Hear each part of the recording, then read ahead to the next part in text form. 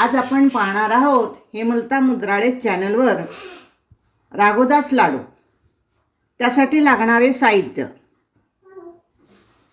या वाटीच्या मापाने 2 वाट्या रवा, 2 वाट्या साखर आणि ओल्या नारळाचा चव 2 वाट्या, वेलची पूड 1 चमचा, ड्रायफ्रूट्स आणि अर्धी वाटी तूप। सुरुवातीला आपण जो बारीक रवा आहे तो भाजून घेणार आहोत। त्यासाठी तापलेल्या पॅनमध्ये मोठे 3 चमचे तूप गरम करून घेणार आणि त्यामध्ये हा बारीक रवा आहे तो नीट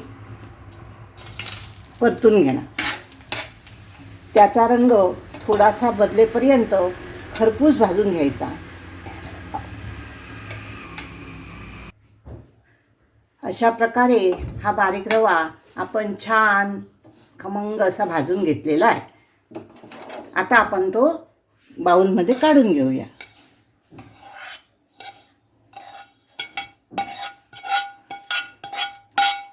त्याच पॅनमध्ये चमचा साजूक तूप घालून आपण किसून घेतलेलं जे खोबरं आहे ओल्या नारळाचं ते घालवून असं परतून घ्यायचं आहे।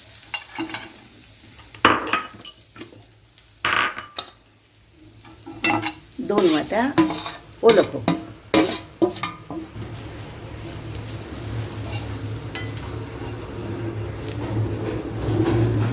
त्याला खूप न करपवता मंद आचेवर खरपूस भाजून घ्यायचं।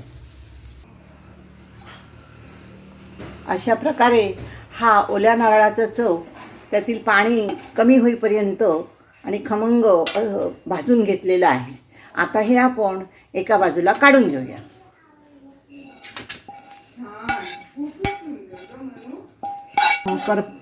करपू न देता आपण भाजायचं आहे, नाहीतर त्याचा वास बदल।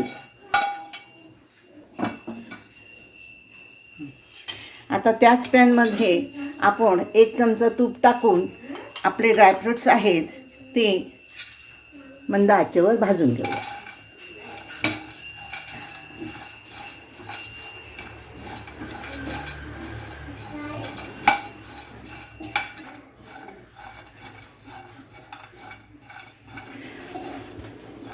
अशा प्रकारे हे ड्रायफ्रूट्स मस्त असे भाजून घेतलेले आहेत। आता हेही आपण काढून घेऊया।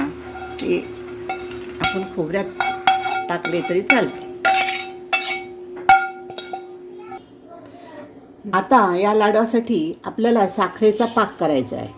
आपण ज्या वाटीने साखर मोजून घेतलेली आहे त्याच वाटीने आपल्याला 1.5 वाटी पाणी पाकासाठी घालायचं आहे।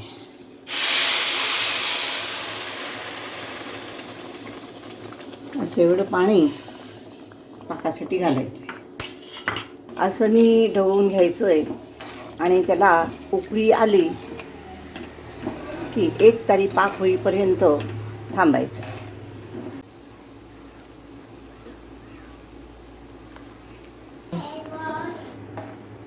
अशा प्रकारे लाडूसाठी आपण पाक तयार केलेला आहे आणि हा पाक परिपूर्ण झाला की नाही हे पाहण्यासाठी आपण असा पाक घेऊन तो 1 तारी असा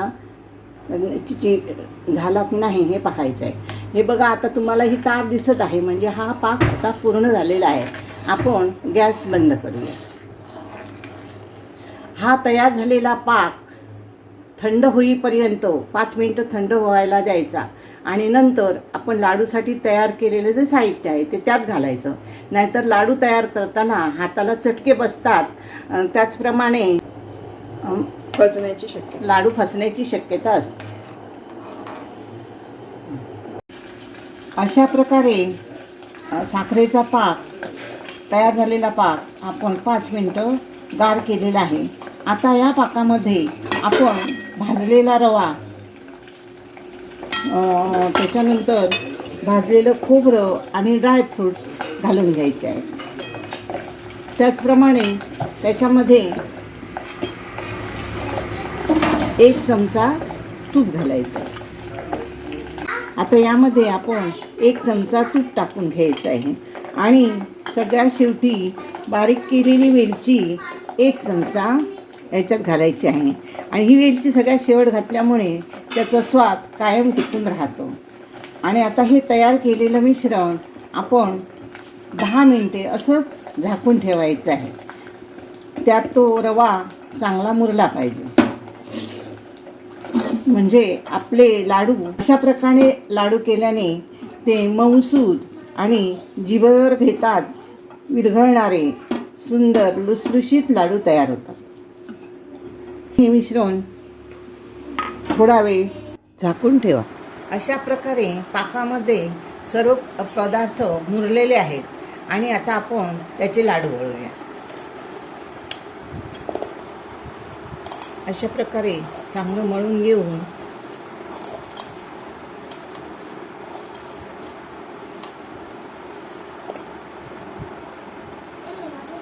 त्याला सजवण्यासाठी एक मनुका लावून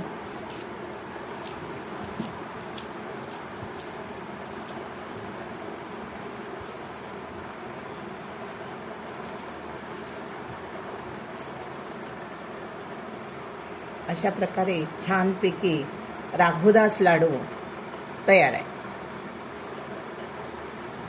हे लाडू तुम्ही नक्कीच करून पहा आणि अशा नवनवीन रेसिपींसाठी चॅनलला सबस्क्राईब करा.